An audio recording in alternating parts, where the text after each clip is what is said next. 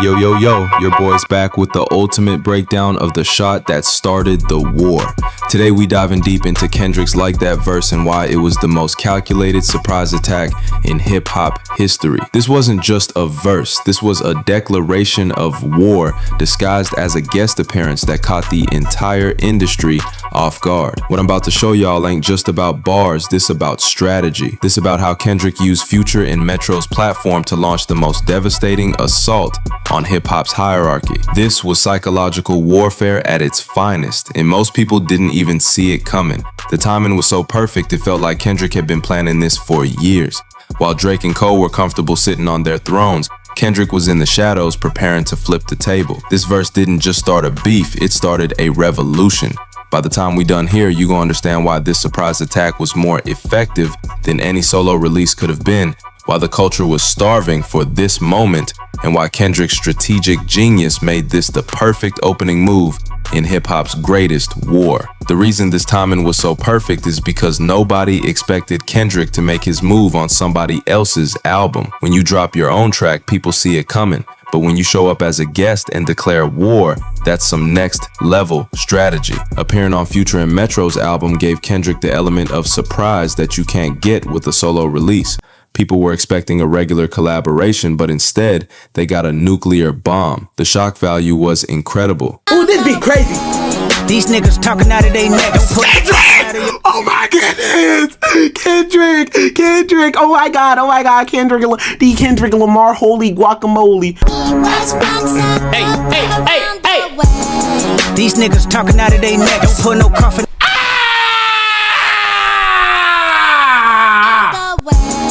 These niggas talking out of their neck. Don't put no coffin out of your mouth. I'm way too paranoid for a threat. Hey, let's get it, bro. DOT.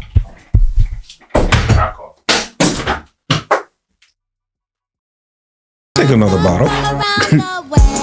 Hey. Talking out of their neck. Don't put no coffin out of your mouth. I'm way too paranoid for a threat. Hey, let's get it, bro. DOT. Hold on. Hi. Why Kendrick just popped it like that? What the? Bro, DOT, the money. Using someone else's platform was genius because it showed Kendrick didn't need his own stage to make a statement. He could walk into anybody's house and take over the whole party. That's some alpha energy right there. The strategic advantage was that people weren't mentally prepared for war. They were just listening to a Future and Metro album, vibing to the music, and then bam, Kendrick hit them with the most devastating verse of the decade. This was more impactful than a solo release because it felt organic. It didn't feel like Kendrick was trying to start drama. It felt like he was just being honest about how he felt. The authenticity made it hit harder. If you ready for this deep dive into hip-hop's most strategic war declaration, show your boy some love with the like. We about to break down how Kendrick read the code perfectly. But let's talk about the cultural moment, because hip-hop had been in a drought when it came to authentic competition. The culture was starving for real beef, real rivalry, real competition that felt genuine. For years, hip-hop had been lacking that competitive spirit that made the culture great.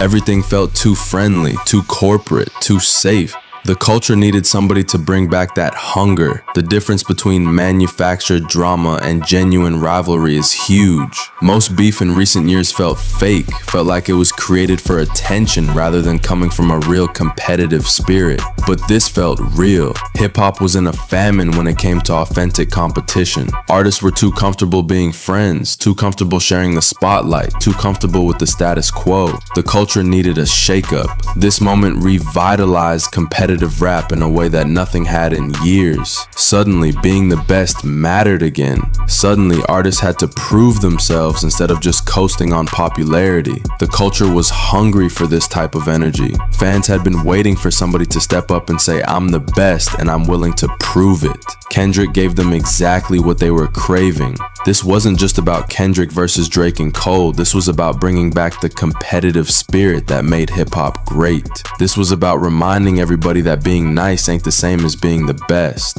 But the spicy talk buildup had been happening for years. This wasn't a random outburst. This was the result of years of subliminal shots and indirect references that finally reached a boiling point. For years, there had been tension brewing under the surface. Little comments here and there, subliminals in songs, indirect indirect references that made people wonder if there was real beef or just friendly competition. Certain collaborations and statements had been building tension for a long time. When artists work together but there's underlying competition, it creates an energy that eventually has to be released. Make sure y'all hit that subscribe button if you want more content that breaks down the psychology behind hip-hop's greatest moments. We analyzing the mental warfare. The tipping point that made Kendrick respond was probably a combination of factors. Maybe it was something somebody said. Kendrick started out already. These niggas been talking. Out of your mouth, I'm way too paranoid for a threat. Hey, let's get it, bro. Whoa, who threatened Kendrick?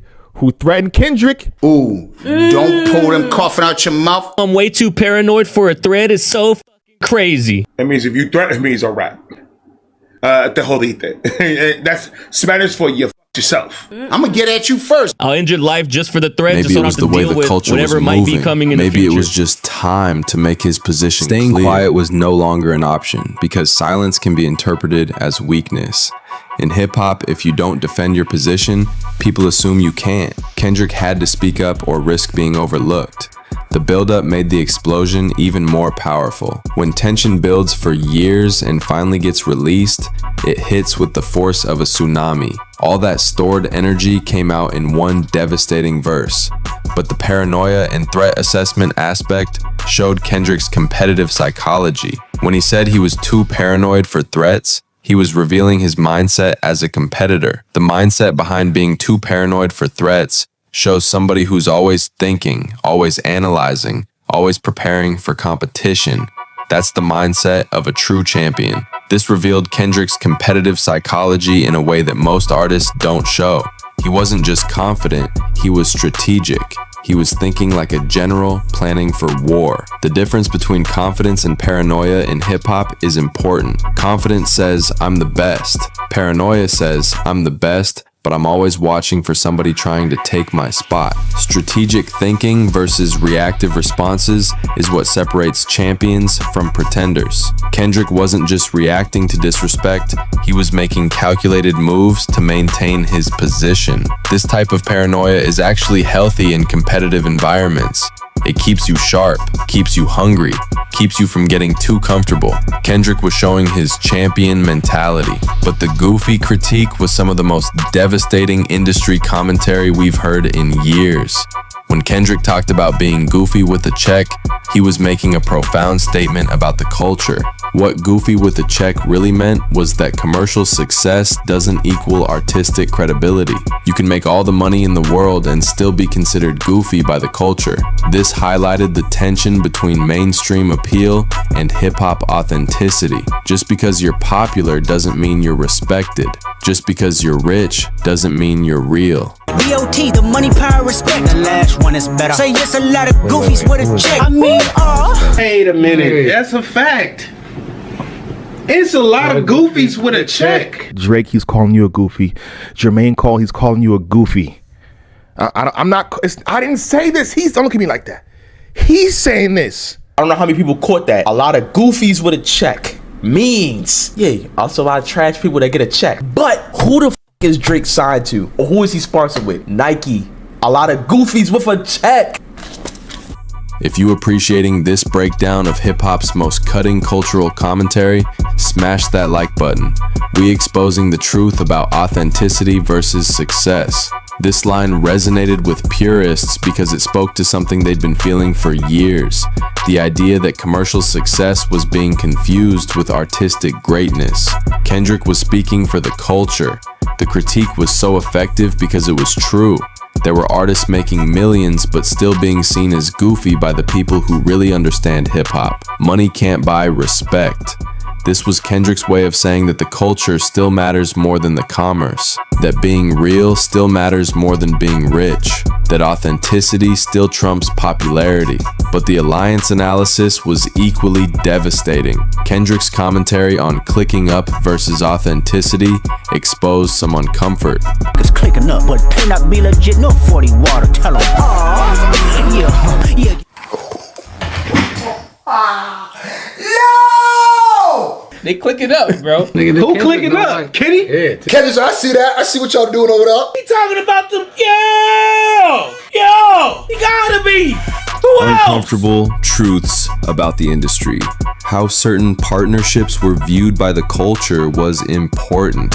Some collaborations felt genuine, while others felt like strategic business moves. The culture can tell the difference. The difference between genuine collaboration and strategic alliances is huge. Real collaborations come from mutual respect and shared vision. Who told you that? Who gave you that piece of information? Strategic alliances come from business calculations. Why some connections lack authenticity in hip-hop is because they're based on convenience rather than genuine relationships. When partnerships feel forced, the culture rejects them. The importance of organic relationships in the culture can't be overstated. Hip-hop has always valued real connections over fake ones. The culture can sense when something is authentic. Kendrick was basically saying that some of these alliances weren't based on real friendship or mutual respect, but on strategic positioning, and the culture was starting to see through it. But the Big Three rejection was where Kendrick really destroyed the established hierarchy. This was him saying, "I don't want to share the throne, I want to sit on it alone." I still got PTSD. Motherfuck the Big Three. Nigga, it's just big me. Nigga, Seriously, Kendrick? J. Cole said, pretty much, who's the best three right now? Is it K. Dot, Aubrey, or me? Me. Big Three like we started a league. Right? Okay, here comes Kendrick. I excluded everybody. F your Big Three. Nigga, it's Big B. I'm better than both of you niggas. J. Cole, you not even in the conversation. Who the hell you think you are? Big Three concept was dismantled with one verse was incredible. For years, people had been comfortable with the idea of three kings. Kendrick said, "Nah, there's only room for one." Why Kendrick rejected the shared throne mentality shows his competitive spirit. True champions don't want to share greatness. They want to define it. They want to be the standard. The psychological impact of claiming sole dominance was massive. It forced everybody else to either accept his claim or challenge it. There was no middle ground. Make sure you subscribe if you want more content that analyzes the psychology of greatness and what separates champions from competitors. This changed the conversation about rap's top tier completely.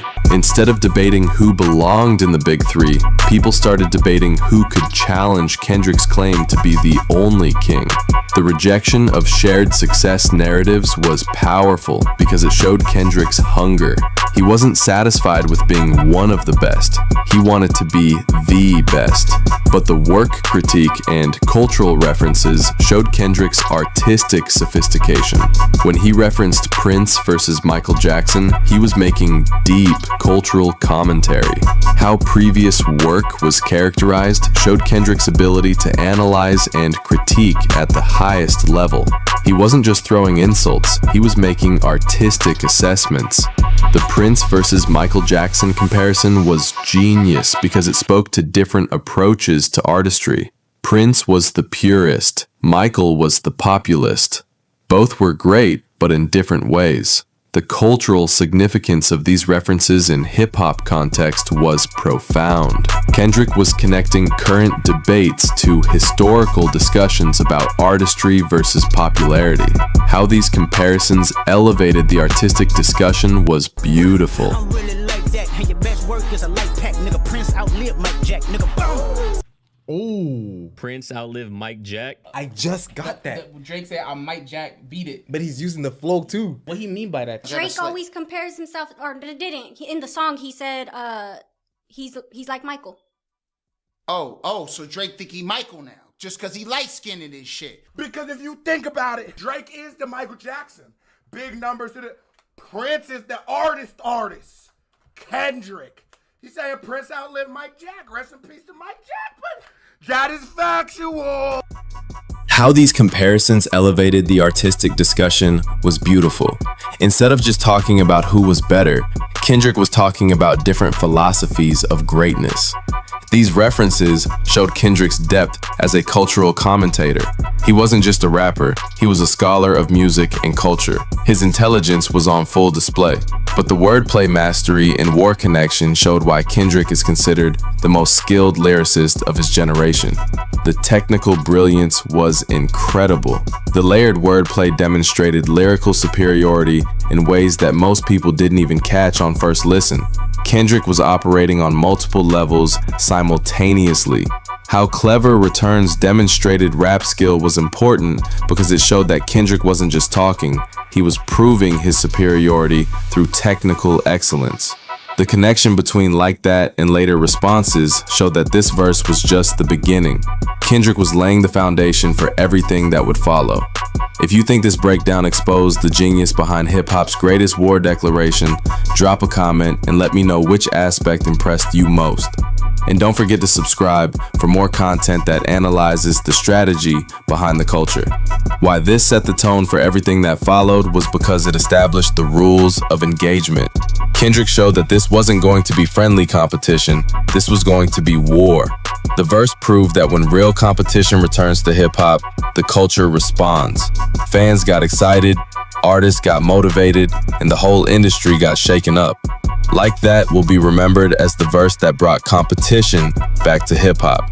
It reminded everybody that being the best still matters, that skill still trumps popularity, and that the culture still rewards authenticity. So when people talk about the greatest opening moves in hip-hop beef, Like That has to be at the top. It was the perfect combination of surprise, strategy, and skill that started the greatest war in hip-hop history. Your boy out. Keep supporting artists who bring real competition back to the culture. Like That proved that hip-hop is still alive and still hungry for greatness. Peace.